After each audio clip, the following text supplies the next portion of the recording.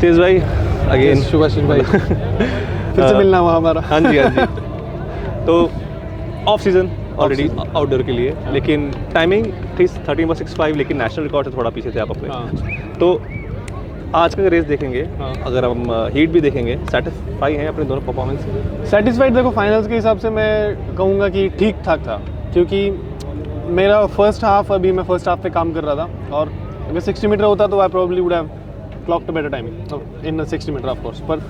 पर देखो आउटडोर्स के लिए क्या है ना, you need a little bit longer rhythm and थोड़ा सा इंड्योरेंस चाहिए होता है। तो आउटडोर्स में इंडोर्स में गया, उसके बाद तो एक महीने से थोड़ा 100 मीटर के ऊपर तो भागा ही नहीं हूँ मैं। सो इट वाज एक्सपेक्टेड, पर यहाँ पे आके मुझे लगा था 13:05 तक तो भी कर लूँ, क्योंकि मेरा शेप अभी अच्छा चल रहा था इंडोर्स का।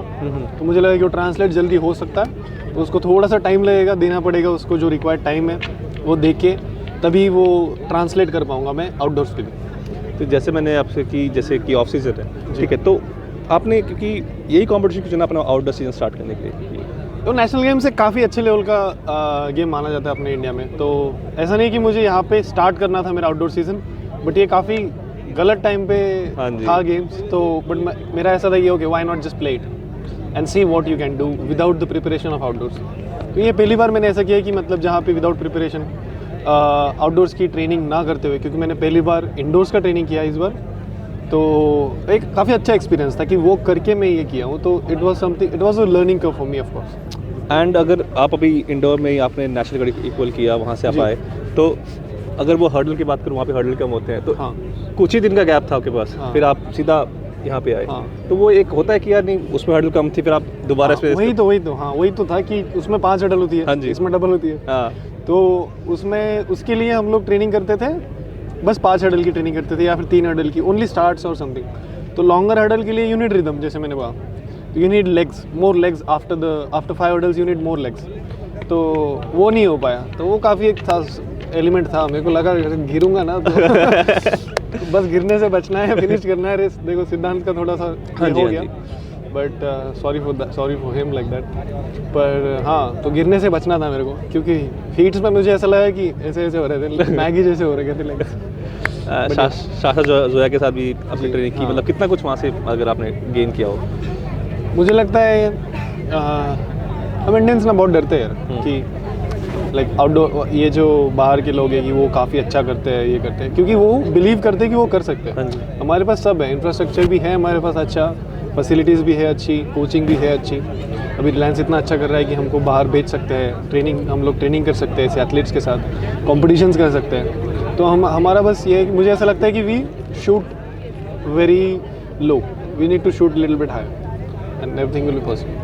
एंड मेरी कुछ दिन पहले जेम्स सर से बात हुई थी, उन्होंने कहा कि उनसे मैंने क्वेश्चन पूछा था कि आपने लास्ट 3-4 साल से, मतलब उससे अगर थोड़ा पहले ले लूँ, वो कंसिस्टेंट परफॉर्मेंस दी है आपने, लेकिन वो बड़े जब टूर्नामेंट्स आते हैं, वो कहीं ना कहीं वो बैड लक इशू हमने लास्ट नेशन गेम में देखा। उनसे मैंने पूछा तो उन्होंने मुझे बोला कि तेजस हैज़ इमेंस टैलेंट, लेकिन वो बैड लक कहीं ना कहीं, आप इस चीज़ को कितना वो सही मानते हैं कि यार ठीक है?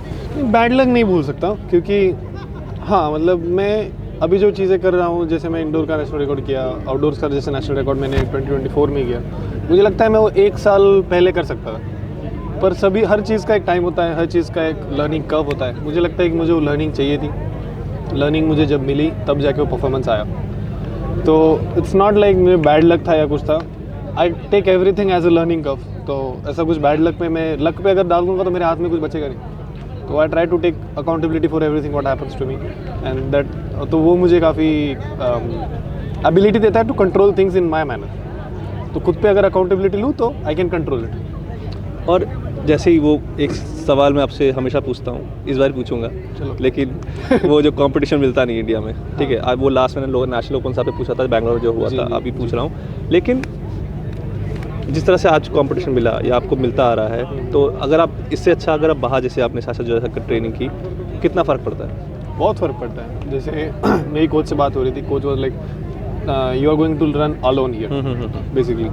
तो उसमें फ़र्क तो पड़ता है, क्योंकि मेंटालिटी में भी फ़र्क पड़ता है। आप कितना भी बोलो कि हाँ you have to run your own race. तो जब मैं उनके साथ ट्रेनिंग करता हूँ, जो फास्टर एथलीट्स होते हैं, तो आप में एक एक्स्ट्रा गियर आ जाता है कि यार नहीं, आपको हारना नहीं है, या फिर कुछ एक बॉडी आपका एक सबकॉन्शियसली एक अलग स्टेट में चला जाता है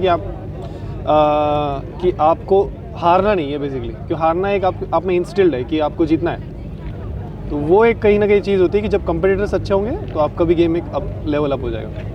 तो एशियन एथलेटिक्स अभी आपका प्राइम टारगेट है जो आने वाला है? यस, एशियन एथलेटिक्स चैंपियनशिप्स पहला टारगेट है, तो उसके बाद का वर्ल्ड यूनिवर्सिटी गेम्स और फिर वर्ल्ड चैम्पियनशिप्स। वर्ल्ड चैम्पियनशिप में I am planning to get a good performance in world championship basically. मैं एशियन चैंपियनशिप में वो हर्डलर्स की परफॉर्मेंस देखा था इंडिया में, लेकिन इस सेंचुरी में अगर बात करूँ तो वो मेडल नहीं है। सिद्धार्थ थंगालिया सर गए थे 3-4 बार, वो 4th फिनिश किया था। अगर आप क्वालिफाई कर पाए उसके लिए तो मुझे बस टाइम करना है मेरा परफॉर्मेंस बेसिकली। कॉन्फिडेंस मुझ में है, दोज एथलीट्स आर सेम, उनके साथ मैंने भी कम्पीट किया हुआ है, एशियन चैम्पियनशिप्स में किया है, एंड उनसे काफ़ी अच्छे एथलीट्स के साथ भी कम्पीट किया है। अभी यूरोप में गया था तो अभी एक हाल ही में बंदा भागा है 7.39 which is European indoor record. तो मैं ऐसे बंदों के साथ भी भागा हूँ, तो कॉन्फिडेंस तो ऐसा है मुझ में। मुझे बस खुद को ऐसा पिक करना है सही टाइम पे, और अच्छा परफॉर्मेंस आएगा तो मेडल तो आएगा। सब 13 वाले सोचते हैं, सब 13 जाना, हाँ क्यों नहीं सोचता हूँ, एंटरटेन करता हूँ खुद को कि हाँ कभी ना कभी तो सब 13 जाएंगे। बट रियलिस्टिकली देखा जाए तो it's a step, go step by step, honour the sport and then you will the sport will honour you. So I am giving my self that time to do this things. एक last सवाल, इस बार इस season क्या numbers आप सोच रहे हैं कि मैं 13? नंबर्स में तो वैसे नहीं सोच रहा हूँ, एक होता है सबकॉन्शियसली, पर मुझे लगता है कि कंसिस्टेंट रहना है, मुझे कंसिस्टेंट 13 फोर्स पे रहना है, कंसिस्टेंट, तो बीच में डिप तो आएगा। मुझे मेरी रेस मैंने एक आर्टिस्ट की तरह मैंने एक सोच के रखी है कि मैं यहाँ पे ये स्ट्रोक्स मारूंगा, यहाँ पे वो स्ट्रोक्स मारूंगा, at the end I will do like this. So I want to get perfect in that, in those things. तो मैं जैसे उसको करूँ, उसको जैसे परफेक्शनिस्ट टाइप ऑफ अप्रोच करूँगा, तो कहीं ना कहीं परफॉर्मेंस तो खुद चल के आएगी, and it will just take time and effort. And जैसे एक आप हैं, बाकी कुछ एथलीट्स और हैं जो कंसिस्टेंट लास्ट 3-4 से कर रहे हैं परफॉर्मेंस, लेकिन जब आप सोचते हैं यार ठीक है कंसिस्टेंसी है, मैं कर रहा हूँ नेशनल लेवल, लेकिन जब एक वो ब्रेक चाहिए, वो मे बी एशियन चैम्पियनशिप में भी, वर्ल्ड चैम्पियनशिप में क्वालिफिकेशन में भी, ओलंपिक्स में क्वालिफिकेशन, तो आता कि यार एक ब्रेक तो चाहिए। सुन लिया बहुत कंसिस्टेंट हूँ मैं, लेकिन हाँ लगता है थोड़ा सा कि पिछले साल मेरा जब एशियन गेम्स में नहीं हुआ तो मुझे अपॉर्चुनिटीज़ कम मिली थी उस टाइम पे, क्योंकि अगर मैं शेप में अच्छा चल रहा था और मुझे उस टाइम पे ऐसी अपॉर्चुनिटीज़ मिलती कि मैं अच्छे एथलीट्स के साथ भागूँ, तो कहीं ना कहीं मैं क्वालिफाई कर देता, और क्वालिफाई कर देता तो जो मेरा परफॉर्मेंस था बेस्ट 1360, हाँ जी, तो 13 क्वालिफाई कर देता तो 1355 और 1350 का शेप तो था मेरा उसका, तो वैसा कर देता तो वहाँ पे भी अगर अच्छा परफॉर्म कर देता तो मेडल भी आ जाता। सो वो ब्रेक थ्रू के लिए जैसे आपने बोला, it's not bad luck, it's just learning curve कि मैंने वहाँ पे क्या गलती करी वो मैं ना करूँ जिससे वो मेडल आए। Okay, and thank you so much Tej भाई, thank you Subhash, all the best for the future. आपसे बात करके अच्छा लगता है। Thank you so much. आप